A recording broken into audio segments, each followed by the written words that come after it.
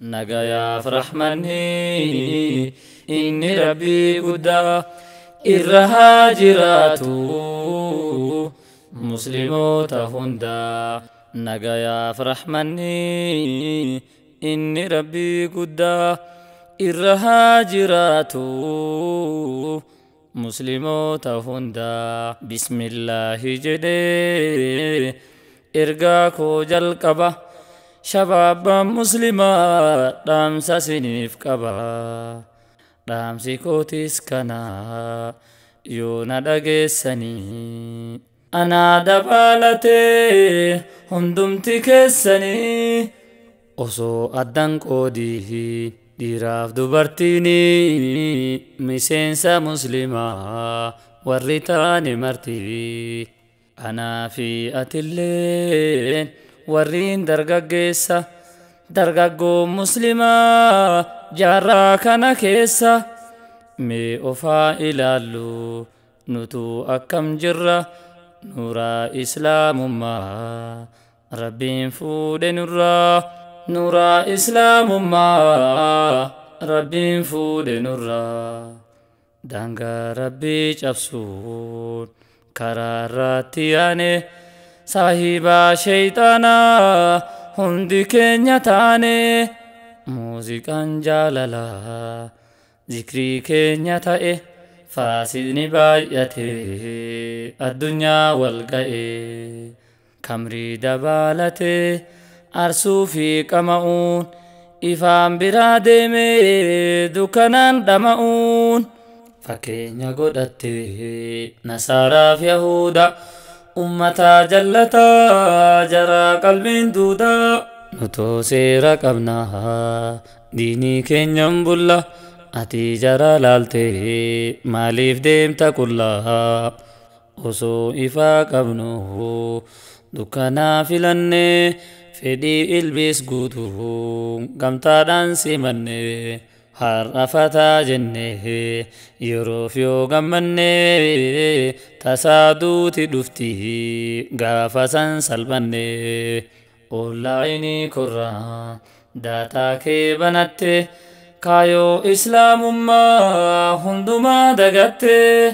haraama daldaaluun kan hojii godhatte rabbiin si argaa jira namaas yoo dhokatte. meeqa gowwoomsite karaarraa tambifte kabajaa irraa fuute meeqa moo salbifte. nagayaaf rahmanni inni rabbii guddaa irra haa jiraatu musliimoota hundaa. nagayaaf rahmanni inni rabbii guddaa irra haa jiraatu musliimoota hundaa. yaa shamarran muslimaa maaliif akkas taate kabajaa mulqattee karaarratti baate.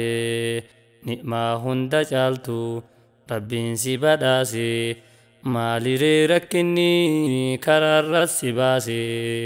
maaf tahuu filatte saahiba ilbiisi karaan kun sin baasu lakkeef irraa dhiisi. har'a shawwadamte asiif achi fiigde kabajaa kee guddaa durriyeedhaaf kennite. boruu ni gaabbitaa kasaaruu kee barte of duuban deebitu carraan si dabarte. maaltu si dhamaase osoo qabduu diini muslimaa taasise si uume rabbiini. fakkeenya godhatte nasaaraaf yahudaa ummataa jallataa jaraa qalbiin duudaa. nutoo seera qabnaa diinii keenyan bullaa ati jara laalte maaliif deemta qullaa.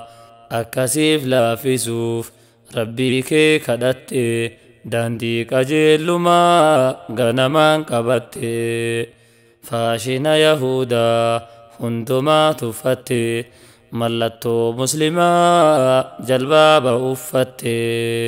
rabbiin si badhaasa abbaa manaa gaarii yeroo gabaabdutti kan hin qabne taarii karaan biraan jiru kanuma siif wayyaa fakkeenya godhadhu Khadijaaf Sumayyaa lakkii yaa dargaggoo lakkii yaa shabaabaa lakkii yaa shabaabaa jireenyi lafarraa baay'isee gabaabaa shayxaanni beekeera manni isaa azaabaa kanaaf nu dhamaasee kararra nu dhaabaa barakkanan turre shabaabni islaamaa kan gaaddisa taa'u gaaf guyyaa qiyaamaa dargaggoon jannataa saahiba qur'aanaa shayxaanni sodaadhaa kan hin deemne faanaa kan halkan dukkanaan masjidaatti deemtu salaata hundumaa jamaadhaan salaattu faayidaaf osoo hin taane rabbiif wal jaallataa kan rabbiin kaadhimeef misirroo jannataa fedhii kumaatamaa rabbiif jecha obsee karaa rabbii irratti dafqamee qacobsee fakkeenya godhanne isarraa waa barraa guyyaa keenyan beeknu tasa duune tarraa Abubakar Usumaan Aliyiif Umarii fakkeenya godhadhu isaan irraa barii Hamzaa fi Khaalid faa kan seenaan dubbatu haqiiqaa ol taasisuuf kan garaan gubatu diinaa hamilee cabsu kan dadhabsiisanii ifaa islaamummaa kan nuuf qabsiisanii rabbiin nu haa godhuufu rijaala akka jara ofiif shahiidanii kan nuuf baasan karaa an beekumsan qabu wallaalan katabe rabbiin naaf haadhiisuu yoon kararraa dabe yoo haasoofni kan koo isin cabse qalbii afwannaaf jedhaa obboloowwan rabbii yoo haasoofni kan koo isin cabse qalbii afwannaaf jedhaa obboloowwan rabbii